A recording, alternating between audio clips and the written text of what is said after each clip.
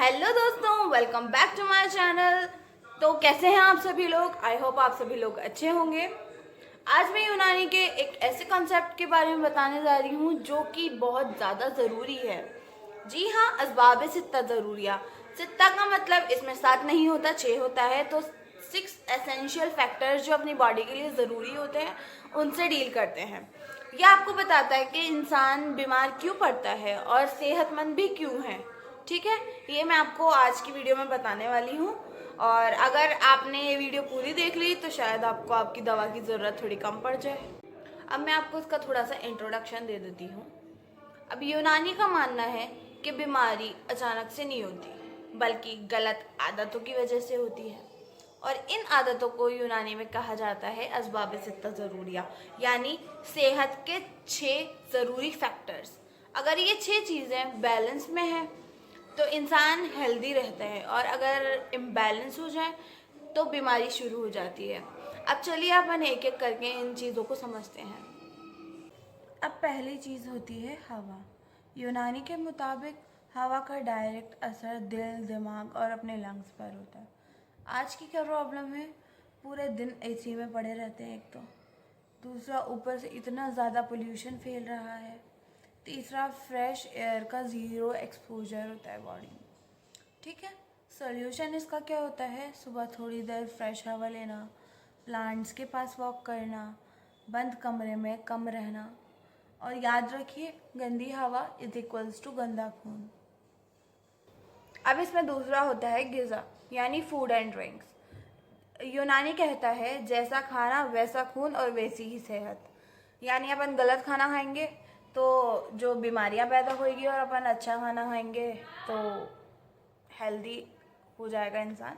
अब इसमें कॉमन गलतियां क्या करते हैं अपन? ओवर ईटिंग ज़्यादा करते हैं, जंक फूड का कंजप्शन ज़्यादा होता है अपनी डेली लाइफ में। ठीक है, ठंडा पानी गलत वक्त पर अपन पी लेते हैं, तो वो गलतियां होती हैं अपनी। सही अप्रोच क्या होती है? भूख से थोड़ा कम खाना खाना चाहिए, गरम और सिंपल ग़िज़ा लेनी चाहिए, टाइम पर अपना खाना ख़त्म कर लेना चाहिए। अब इसका एक रूल है कि ग़िज़ा दवा से ज़्यादा पावरफुल होती है।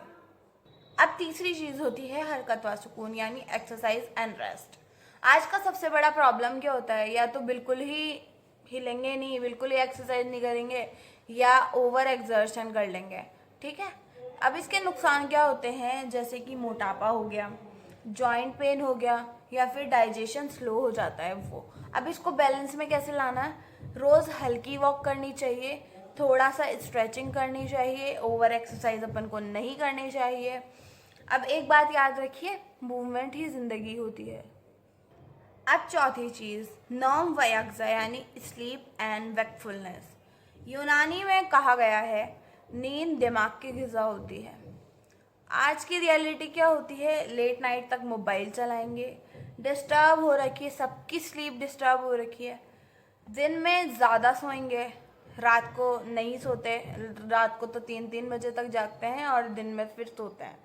ठीक है, अब इसका आइडियल रूटीन क्या हो सकता है?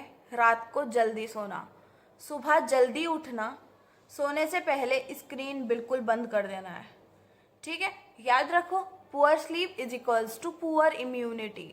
अब पांचवी चीज़ इख्तिबास व इस्तफराग, यानी रिटेंशन एंड एलिमिनेशन। ये फैक्टर्स लोग इग्नोर कर देते हैं। मतलब जो ज़रूरी हो बॉडी में रहे, और जो बेकार हो बॉडी से निकाल दिया जाए।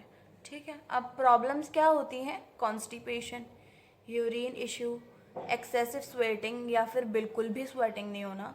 ठीक है, अब सॉल्यूशन क्या हो सकता है इसका? पानी सही क्वांटिटी में होना। ठीक है, पानी की क्वालिटी भी अच्छी होना, fibre rich diet, nature call को कंट्रोल ना करना।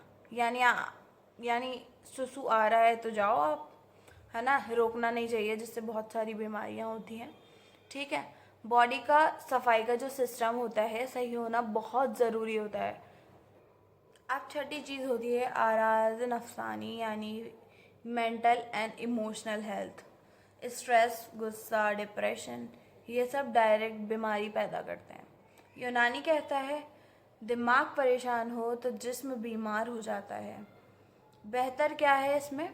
पॉजिटिव सोचें, दुआ करें, मेडिटेशन करें, ओवर थिंकिंग आपको करनी ही नहीं है फ़िलहाल, तो कम करें उसको अगर आप करते भी हो तो। ठीक है, अब याद रखो कि स्ट्रांग माइंड अगर होगा तो स्ट्रांग बॉडी होगी अपनी। अगर आप सही हवा, सही ग़िज़ा, थोड़ी मूवमेंट, अच्छी नींद, प्रॉपर एलिमिनेशन और पॉजिटिव माइंडसेट मेंटेन कर लें तो 70% बीमारियां अपने आप कंट्रोल आ जाती हैं। इसलिए यूनानी सिर्फ ट्रीटमेंट नहीं, प्रिवेंशन सिस्टम है। अगर असबाब सित्ता ज़रूरी आपने फॉलो नहीं किया तो क्या क्या हो सकता है? फर्स्ट ऑफ ऑल, दवा का असर कम हो जाएगा, आपको क्रॉनिक डिसीज़ होंगी और आपका जो मर्ज़ है वो बार बार वापस आएगा। इसलिए सिर्फ दवा लेना ही काफ़ी नहीं होता।